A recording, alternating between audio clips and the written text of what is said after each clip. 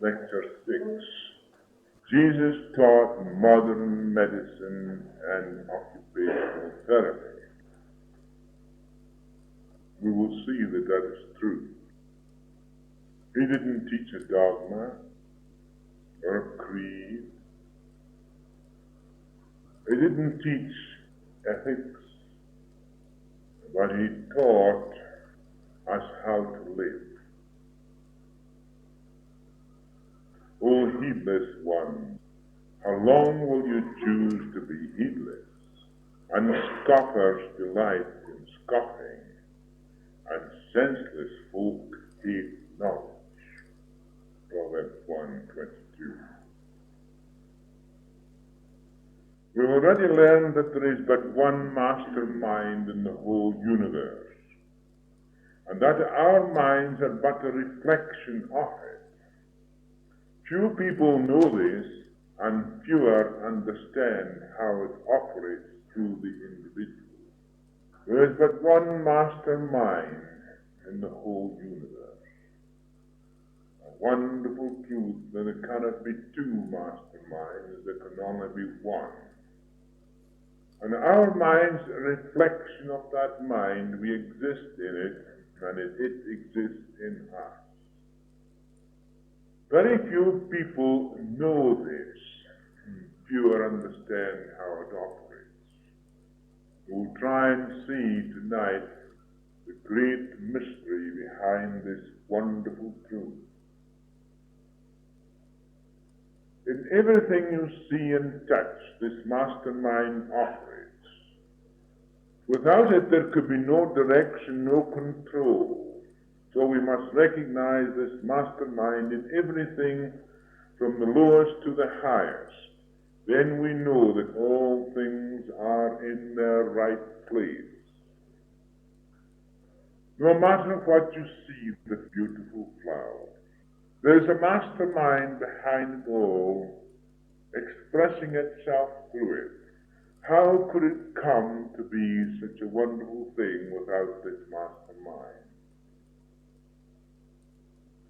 And the greatest expression of all is you and me, because of the fact that we can think, because of the fact that we can discern everything that is relative to ourselves,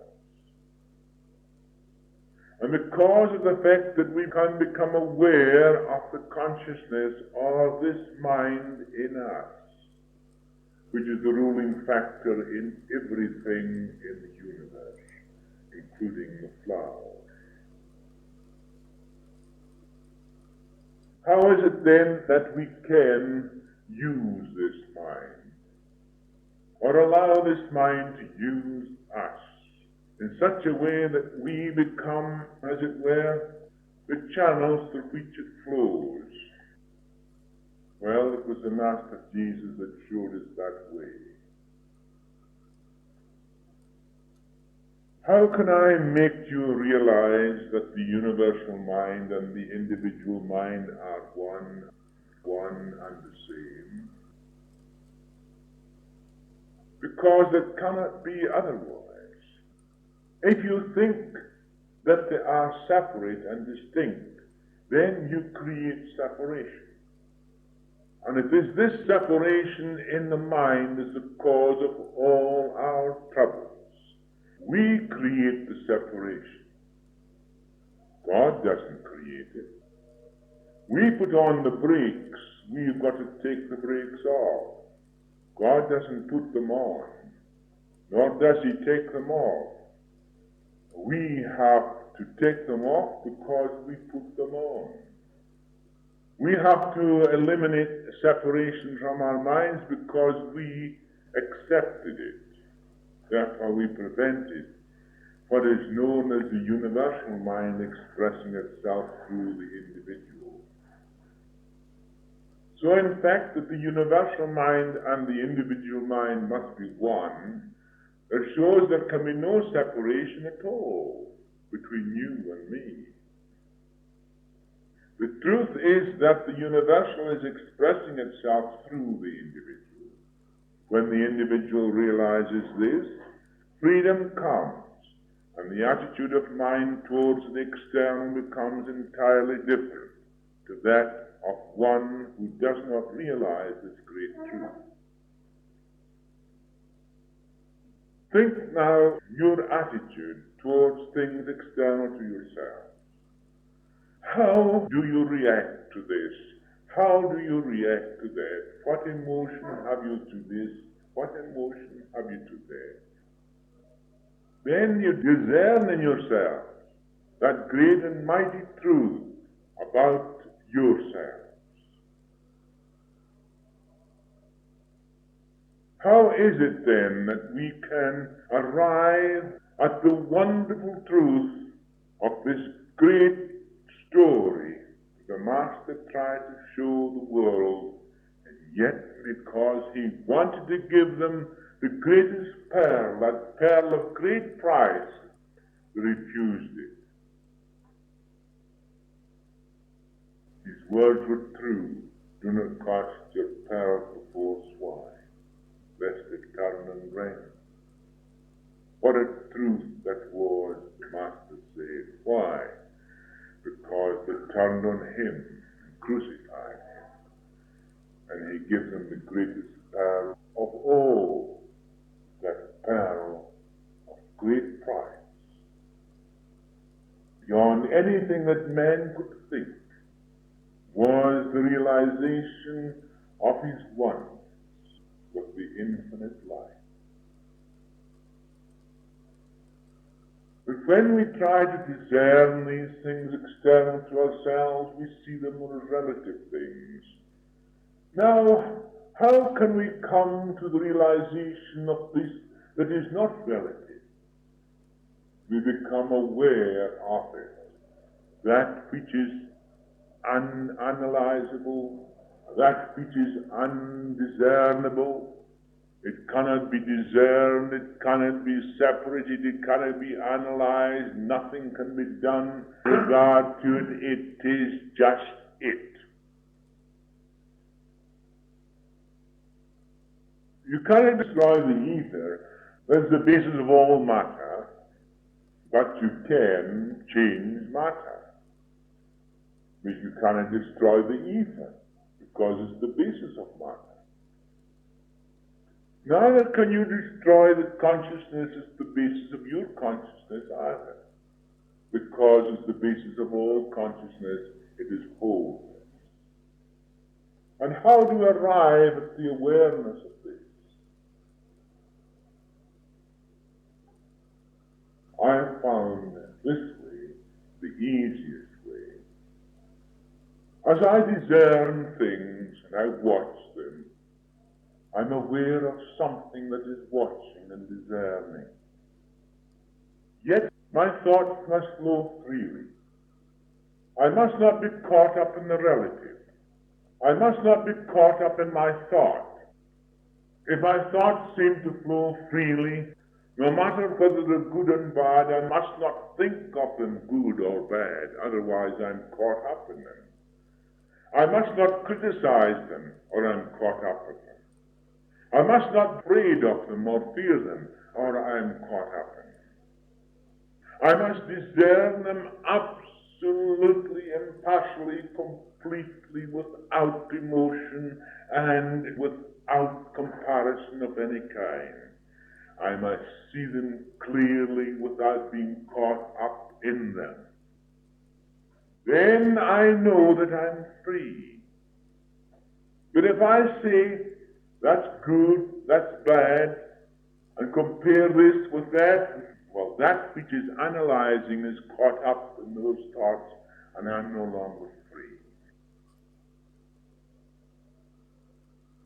And it is discerning your thoughts as they would pass across the screen, without emotion of any kind, without being caught up in them, without comparison, without any idea of right or wrong, but with complete and perfect freedom. And as you recognize that which is analyzing, that which is seeing those things clearly and distinctly,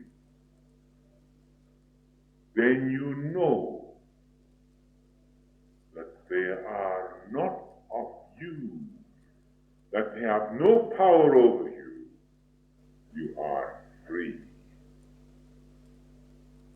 I'm not going to say that you're going to reach that at once, nor are you going to reach it in a year's time, but I know that you can grow into it, because the Master said these words.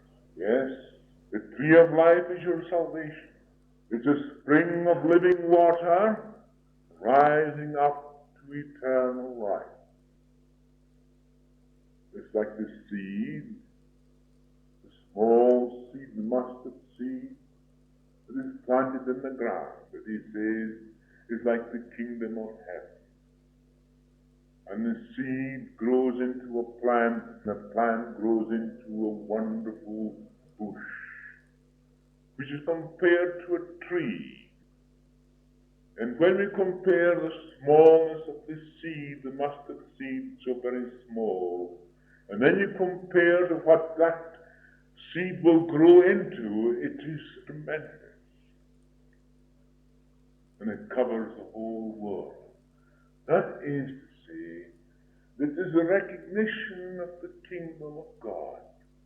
First of all, it may be as small as a mustard seed, but yet it will grow and grow. The Master says, into that tree, for which all the birds can rest and shelter under. Spreads its branches in such a way that all the birds can come and shelter under. Means that all the people of the world can shelter under, that all the nations can shelter under. And that's why it is growing that way. It is the same for you. But it must come first from the individual before it comes the property of the race. If you will just ponder in your own mind for a moment what this really means to you, you will soon give up your antagonisms, your fears, your desire to get even with the other fellow. In fact, your whole life changes from inharmony to harmony, and therefore from ill health to health. We have already come to the realization that thinking is creative. Yet we must become conscious of that which creates, for thought is but the product of something else which is greater, which is eternal. People have said to you, thought is power. I will say to you, thought is relative and has got no power of its own. I am telling you the truth. But those people who say that thought is power, they have not reached that stage of understanding of that which creates thought. They're still living in the relative, and they're caught up in the relative. Everything they do in their lives is for the relative. They pray for relative things. They ask God for relative things. When they pray to God, they pray to a relative God, something outside themselves. So therefore, the God that I know is not like that at all. The God that I know is within me, but he is within every other soul too. He's the creator of the universe. And it's the power within me that creates too, the same power, the same creative consciousness, the same power that creates thought. And that is why it is eternal and ever present. The form of itself has no power. It rises out of the formless. The formless is the only power that is. The form is the vehicle through which the formless expresses itself. And the formless is still in the form. yet retains its formless state throughout the whole universe. In that formless is the great intelligence. In that formless is the great consciousness, the creative power that is manifesting through the vehicle it created for its own self-expression. We have already come to the realization that thinking is creative. Yet we must become conscious of that creates, for thought is but a product of something else which is greater, which is eternal. Thus you will see that if you're continually fighting your work, you're only fighting yourself. When you struggle, you only create habit patterns which are pictured in your body and mind. The reason is not far distant, but right within yourself. The cause is within you, not outside you. There never has been a cause outside you. It has always been within the individual. There has never been a miracle performed outside the individual. The miracle is always performed inside the individual. And when Jesus said, "The man arise and walk," the miracle was created within the man, not outside the man. Do you know that when you realize fully the oneness of all things, you can begin to express the unlimited resources of the universal mind? That mastermind that controls and directs all things large and small. Then let me ask you this question. How can this creative ability, this creative growth be used by the individual? Simply by discerning the relative and becoming aware, consciously aware of your own consciousness, the Creator. You will know that it is none other than the universal consciousness, the source of your power to think, to create. This may be hard to understand at first, yet the proof is that the consciousness of the universal mind must be the same consciousness in the individual mind, made in his image and likeness, for there can be no other being infinite nature. Who else could create except the infinite, because he is infinite? That is why it is said by the ancients, he is omnipresent, he is omnipotent, he is omniscient. That is to say, that he is present everywhere, there is nowhere where he is not. He is omnipotent, that is to say, there is no other power but his, and all power that exists is his. He's omniscient because there is no other wisdom or knowledge or intelligence but his. And any wisdom and intelligence that you see is his, no matter where it may be. Whether it grows out of the ground in the flower, or whether it grows through the individual. This must be realized by each one before it can be a reality, for this alone sets in operation the process of creative growth, which becomes automatic in nature and grows with understanding. Thus we realize what the Master meant when he said, "Love your neighbor as yourself." This is one of the greatest assets in occupational therapy. Why? Well, let us see why. So I say that the Master was the greatest of all exponents in modern thought, in modern medicine, and in modern occupational therapy. He knew all the answers.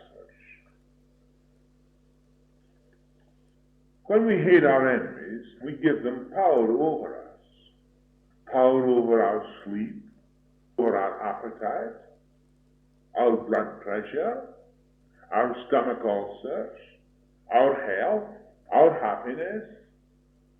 Your enemies would dance with glee if they knew how they worried you to death, how they turned your days and nights into a hellish turmoil. They would dance with glee. That's the only thing they would want to do. And because you hated them, you were allowing them to do those very things for you. You creating ulcers in yourselves. You lost your appetite. You couldn't sleep. Your health was impaired. And everything goes wrong because of that one thing. And Jesus comes along and he says, love your enemies. Do good unto those that persecute you. What a wonderful man, how he must have thought and knew all this story. If selfish people try to take advantage of you in your daily business, your daily tasks, just cross them out of your mind. Do not try to get even with them. You only hurt yourselves more. Remember Master's words. The least you do into one of these, so you do unto me. In other words, it means the least you do into one of these, you do into yourself. So if you're kind to an individual, you're kind to yourself. If you're unkind to an individual, you are unkind to yourself. Why are you unkind to an individual? Because you hate them. Because either you envy them or you are jealous of them. And what's happening inside yourselves all the time this is going on? You're not really hurting the other person at all. You are hurting yourself very much more. So in fact, it is other words. It means that the least you do into one of these, you do into yourself. And the more you do into anyone, the more you do into yourself. Perhaps you may think that this is a moralist of some starry-eyed idealist. It is nothing of the kind. It is just pure occupational therapy in its finest form. It has been proved that 90% of cases of hypertension, in other words, high blood pressure, causes chronic resentment and in many cases cause heart trouble. Hypertension, this blood pressure that's so prevalent today, nobody seems to be able to cure it, except those who know and understand. And I've never failed with a blood pressure case yet. Not one. Why? Because first of all, I begin to take away the tension. The tension away from the mind. The cause of the tension. Then relax the body, relax the mind, take the tension off the vital parts, and the blood pressure disappears. The thing is so awfully simple, so simple that all the medical men doesn't know anything at all about it, and they can't cure you today. But I'll show you hundreds of them that I've cured of these troubles, and with ease, with simplicity. And I'm convinced that there isn't a blood pressure case that can't be cured. Here we have habit patterns externalized in the body.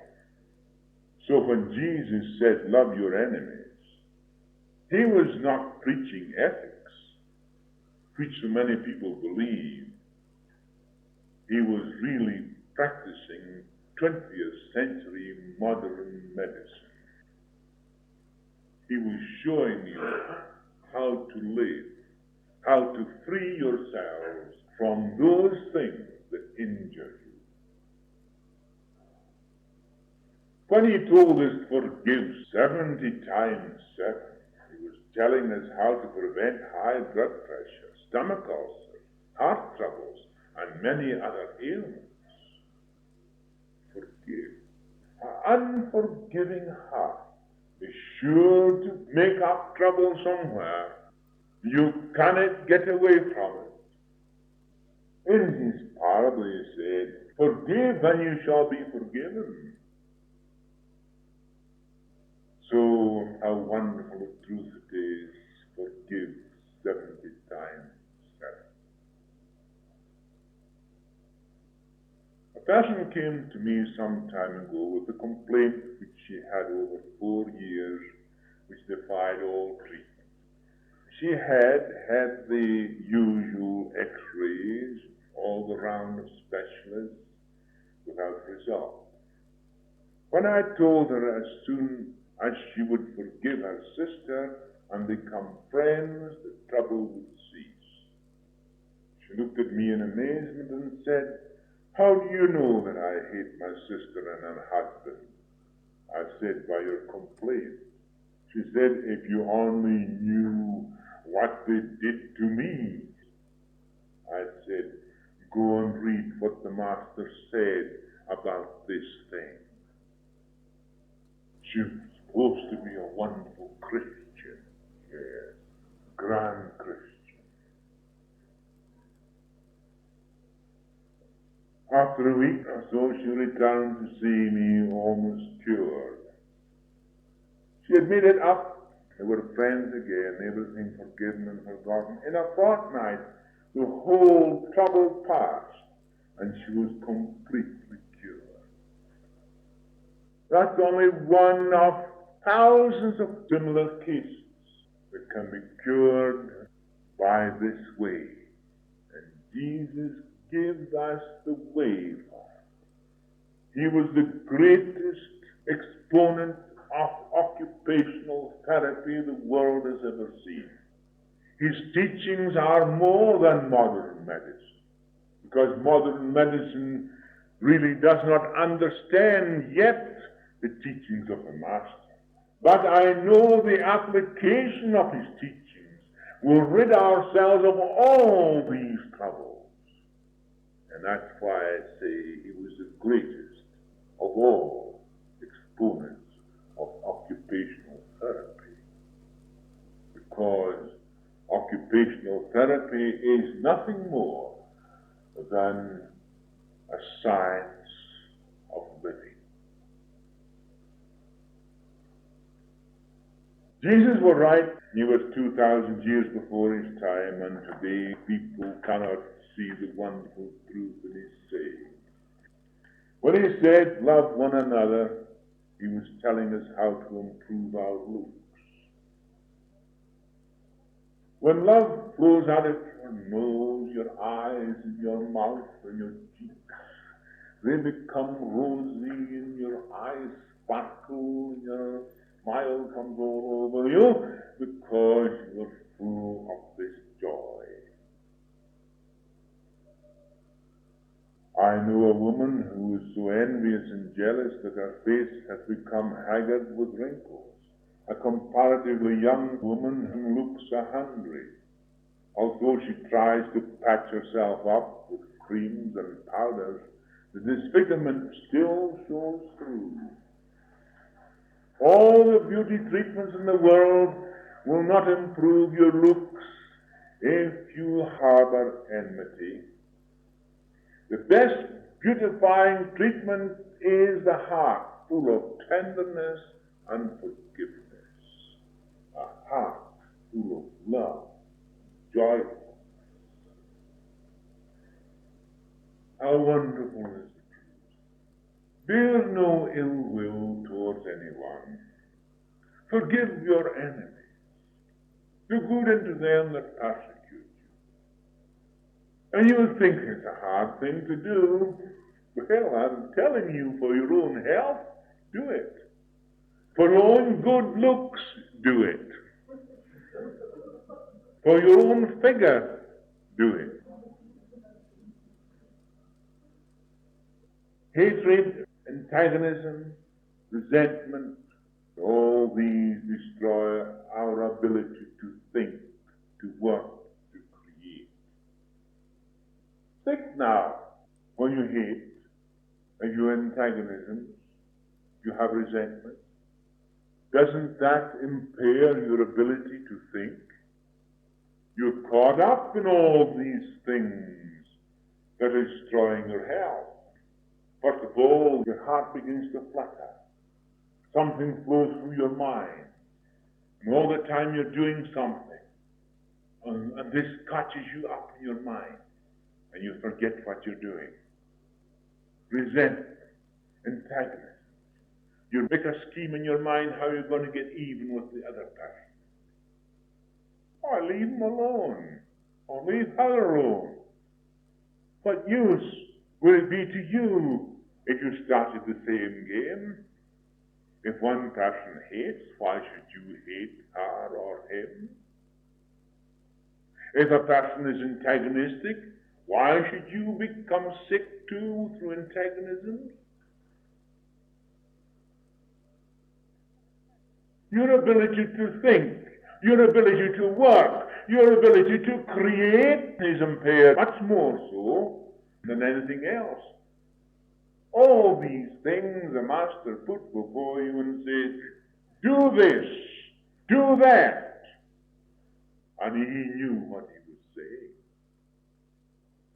You must get along with your fellows. You can prevent an inharmonious atmosphere if you will always remember the law. Always make the other fellow feel important. Again, Jesus' words come before me as a guide. Do unto others as you would have them do unto you. How you get the best out of a person, if you want him to work for him, is to make the other fellow feel important, of course. Make his job important. Make him important. Make everything around him important. Selfridge, who is passed on some years ago, was probably one of the great pioneers of goodwill in his business. When he would come through the shop, through his great warehouse in London, many of you have seen Selfridge's in London, there was only one of his many big establishments. And the little boy was sweeping or picking up the papers. He would stop and have a moment's talk with him. He didn't pass him by. And the little boy, the boss, talk to me. I'm important. But not only did that to the boy, but he did it to every one of his employees. And why? We worshipped him and thought he was the greatest man on earth. And so he was, according to the best of all our instructions today. He followed out the Master's teachings, probably unconsciously. Do unto others as you would have them do unto you. But most people, what do they do? Pass along the sea lane, the person who isn't feeling, they stick out their chest and say, I am an important. But the great truth is, he who exalts himself shall be humbled, and he who will humble himself shall be exalted. That's another one of the great sayings. And I tell you that the law itself will exact every jot. It will be fulfilled. Kindness, forgiveness, love is the greatest of all qualities. With them, all other things fall into line. Your enemies would gloat over the effect they had on you by your hating them, making you tired, nervous, ruining your looks, giving you heart trouble, shortening your life. Therefore, to love your enemies is not the principle of ethics, but the law of self-preservation. The law of self-preservation. If you are not saintly enough to love your enemies, you can, for the good of your health and happiness at least, not hate, but forgive and forget. And that is one of the big things that we've got to do, is to forget. We say we forgive, but we have not forgotten. What a stupid fool he or she is when she says that, because they have not forgiven at all. In Isaiah it says, I've blotted out of my mind all your ill-doing for my own sake, says the Lord. Isaiah was a great man too. Isaiah was a great prophet. And I like to read Isaiah because it contains some wonderful truth. And then he says, yes, prove your innocence by anything that you have done, good or bad. Most people are trying to prove their innocence all the time, try to shelter behind their goodness. All the time they're looking at the evil in the other. But Jesus comes along with the story again. He says, take the plank out of your own eye, you hypocrite, before you can see how to take the splinter out of your brother's eye. This is not a lesson in ethics. Don't think that. I'm not talking ethics to you. It's the last thing I would do. I don't want you to be caught up in ethics, otherwise you're lost. What I want to do is you to find yourself, to free yourself from all thoughts, from all emotions, good, bad, or indifferent, and come out in freedom, as free as God is now. Yes, I have blot out of my mind all your ill-doings for my own sake.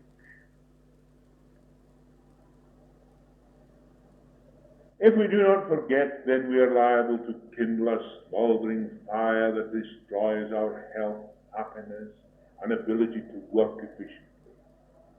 I must remind you again that this is not a lecture in ethics, but a lesson in occupational therapy. You have to forget to forgive.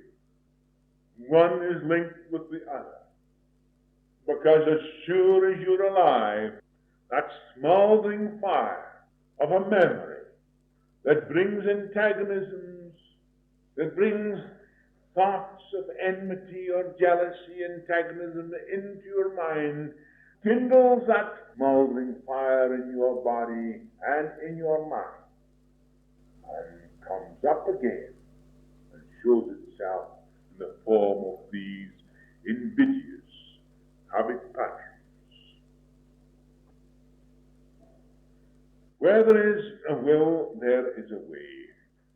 The will is not something that we have to create. It exists as the motive power behind all creation. Now listen carefully. People say he's a weak will or he has a strong will. That's all nonsense. It's the application that counts.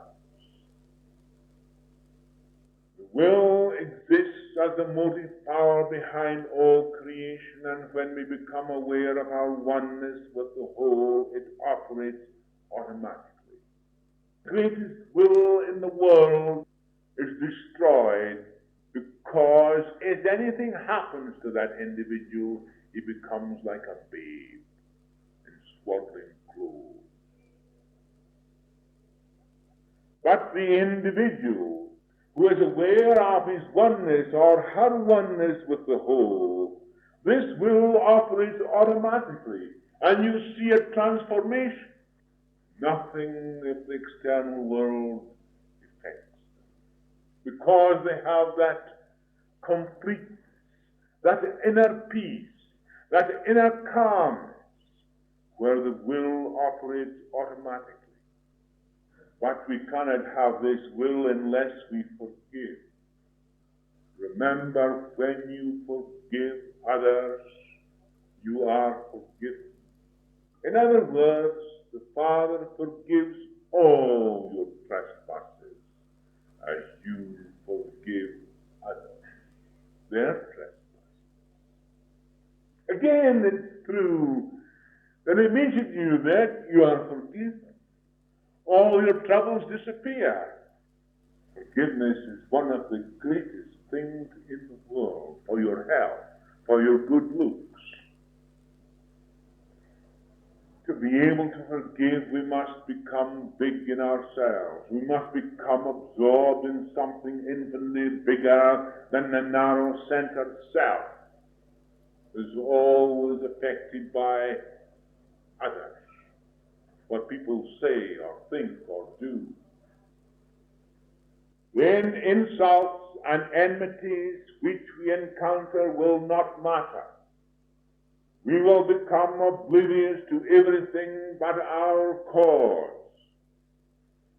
Jesus was absorbed in the cause of humanity, and he is still the greatest figure in the world even today.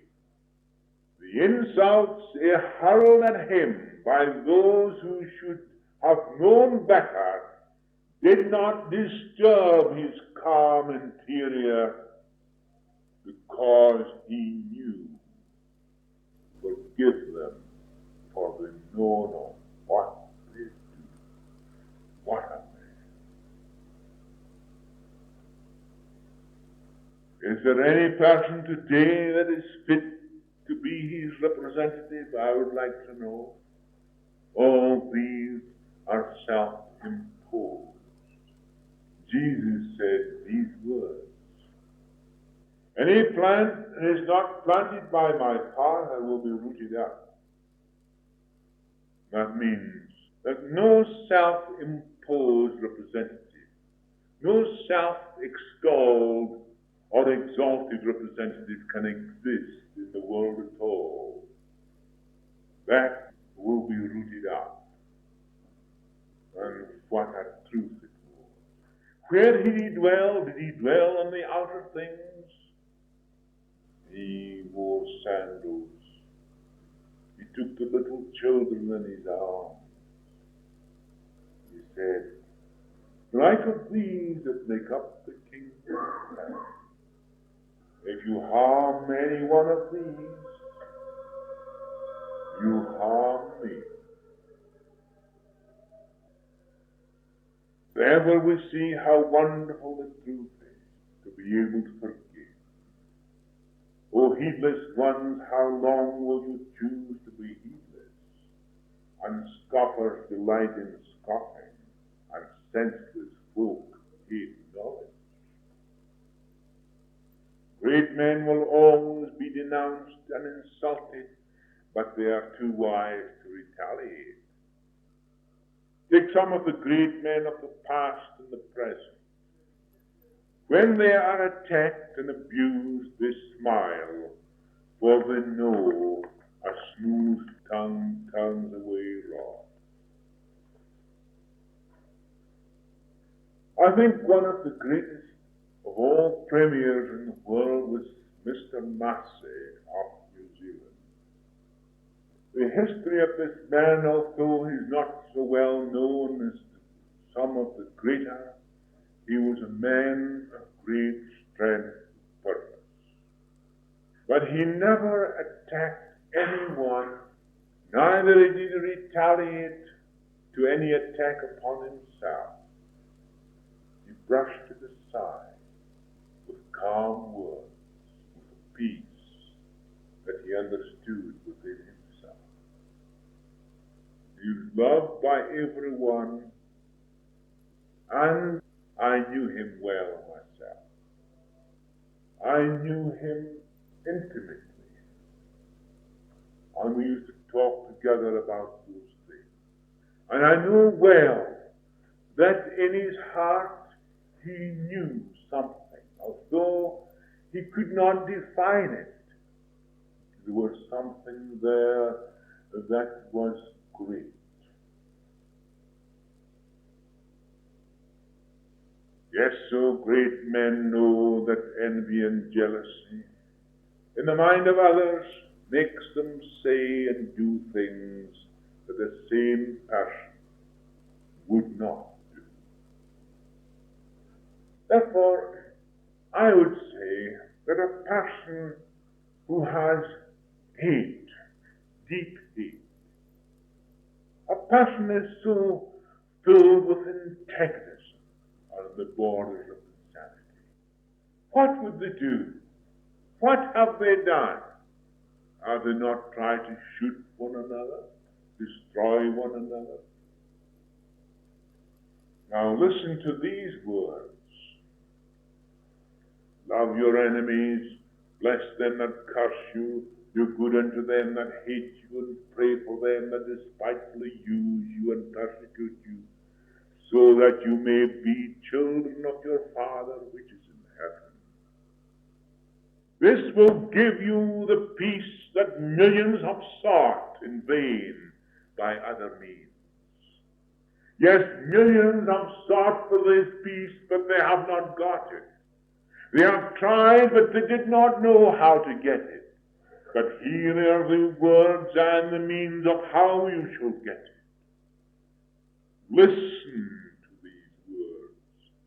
Love your enemies, bless them that curse you, do good unto them that hate you, and pray for them that despitefully use you and persecute you, so that you may be children of your Father which is in heaven. Try it and see, and you will find it will give you the peace that millions have sought for by other means and failed. Then along with your fellows is part of your regeneration through occupational therapy. Then do unto others what you would have them do unto you. You want the approval of others with whom you come in contact. You want recognition. You want at least a feeling of importance, no matter in what capacity you are present engaged. No matter whether your world is small or big, the same rule applies. No one wants cheap, insincere flattery, but you do want appreciation. So give unto others what you would have others give unto you. When and where, may you ask? My answer is now and everywhere. When your mind is trained to see the beautiful in life, you will soon become beautiful too. What you gaze upon, you bring forth. A true thank you, I mean it, for the smallest service will pay big dividends. For you have said something nice to someone which makes them happy, does not feel happy too. In fact, it makes the whole day brighter and better. This is occupational therapy in its finest form. A few words will make all the difference. Try this out someday and see what happens. When someone does you a turn and say how charming of you, how nice of you, you are really a kind person. These act like oil in the cogs of the daily grind. No matter if you see the person daily, it makes no difference. Others will like you, and you will soon begin to like yourself. He is like a tree planted by the stream that bears fruit in due season, with leaves that never fade. Whatever he does, he prospers. Psalms 1:3. Benediction. Thou rearest of hearts, amidst the prejudiced minds and bitter hatreds, thou hast shown us how to treat insults, how to forgive others that trespass us against us. Thou didst shed thy love upon all with equality, and show us how to become attractive and sweet with loving kindness. Thou didst love the stray as much as the good. Didst thou not say, leave the 99 and go find the one that is lost, so that the fold would be complete? Thou hast taught us how to free ourselves from self-torture and remorse. By loving all, who love us, and loving all who love us not. Thank